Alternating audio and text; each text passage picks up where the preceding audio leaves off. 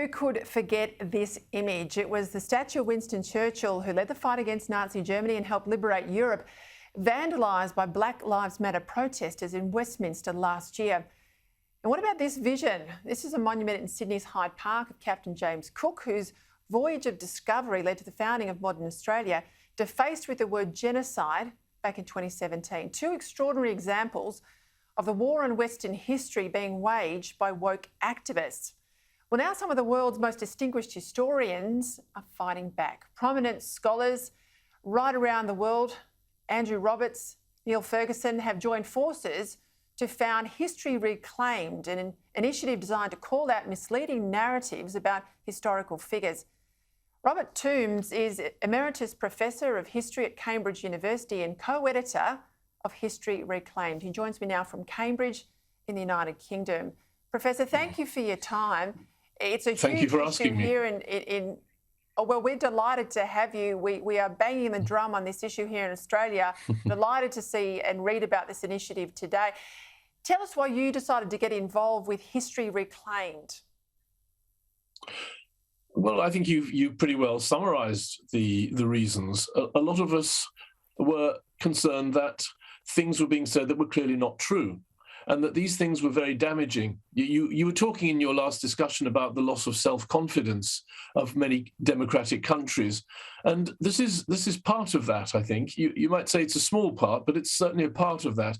If people are told that the whole history of their country is shameful, that it's based on genocide, as you were saying, that it's based on racism and exploitation, then what are they going to think is worth defending? Is it something that they should feel is precious to them, and that they should be that they should feel themselves part of?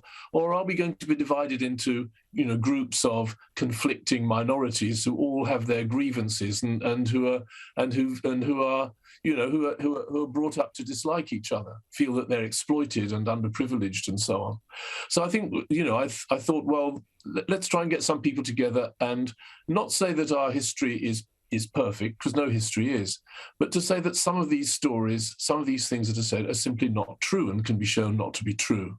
I mean, let me give you a little example. I wrote a piece in a British newspaper a few days ago, and one of the readers wrote in online, the way people do, and said, well, Australia was based on genocide. He said, you were allowed to hunt Aboriginal people till the 1960s.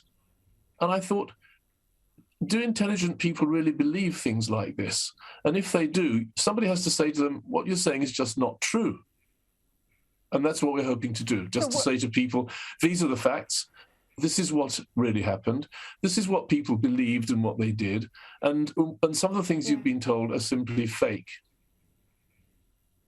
So when I went to university in the 1990s, now granted that's 3 decades ago now, but there wasn't alternative facts. I mean, there were Marxists, there were Leninists, they were very open about their agenda, but there was at least a contestability. You're in an environment where the views were challenged, a debate was encouraged, students and academics, debated issues. Not so anymore, and I don't know what happened, how it became. It feels like it's happened in a rapid way, but we're not only having the era of alternative facts, but we're not allowing debate. And anyone who puts their head above the parapet, they are cancelled. This is so deeply embedded now in the syllabus at schools and universities. How do we turn the tide? Yeah, I'm afraid you're right. And I don't think anyone quite understands the reason for this, except perhaps the view that many people have that history is just a lot of different stories and a lot of different opinions. And therefore, if you have an opinion that somebody doesn't like, you should be shut up because you have no right to express that opinion. Whereas we say, of course, that some opinions are truer than others and can be shown based on evidence. What do we do about it? Well, that's a difficult point. I mean, one thing we can do is for people to actually push back against it, which in our very small way we're starting to do. And as I say, to say, well, here's the evidence, read it for yourself and see what you think. Don't believe what you're told. But I think it may well need some sort of outside action for example, to preserve free speech. We're probably going to have that in the UK. Something that I think is rather shameful, that governments would have to make universities respect free speech, but that to allow speakers to speak, to require universities to take action to preserve freedom of opinion. But I think there's a long way to go, because a lot of it, as I think you suggested, is a kind of self-censorship, which is not based on open intimidation, but often based on, knowing that your colleagues will not like certain opinions, that it will mean you might not get promoted, it will mean, your career suffers and so on. And a lot of people, quite understandably, think that they have families to look after, they have mortgages, and they'd better keep their heads down. In fact, that's what someone said to me the other day. It was a member of our group and said, look, I've been thinking about this, and I think you better take me off the list because, I have a family to think about. And that's shocking, that's shameful. Doesn't that feel like 1930s Europe, though? Well, it reminds me, because I'm old enough to remember, it reminds me of sort of 1960s and 70s. I mean, there was probably not a golden age in which you're allowed to say anything you liked. You mentioned a few minutes ago, there was a time when Marxist influence was very strong in some countries. And, then again, you had to be careful what you said.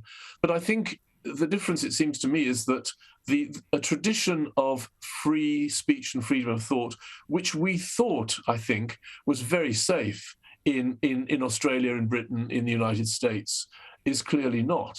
And that the idea that universities have a tradition of preserving free debate has largely gone. And it's, partly because this idea of protecting people from harm, as if hearing ideas they don't agree with is harmful, as opposed to preventing them from hearing opinions, which seems to me far more harmful. But we seem to have, surrendered on that front, and hence it needs some sort of outside encouragement to try to get us back to that. But students and professors have to do something themselves to say we want to be able to say what we think. And I think there's no alternative to some sort of grassroots revolt, as it were. That's the whole point that you hear on my show here in Australia. I'm going to put up some information about History Reclaimed on my Facebook page, but we've just got to keep having the debate and inspiring people to speak up locally, and hopefully that just, keeps free speech front and centre. Professor Robert Toombs, thank you as always. Thank you for your time. Well, thank you very much for inviting me. Yeah, thank you for the fight. Thank you for your time.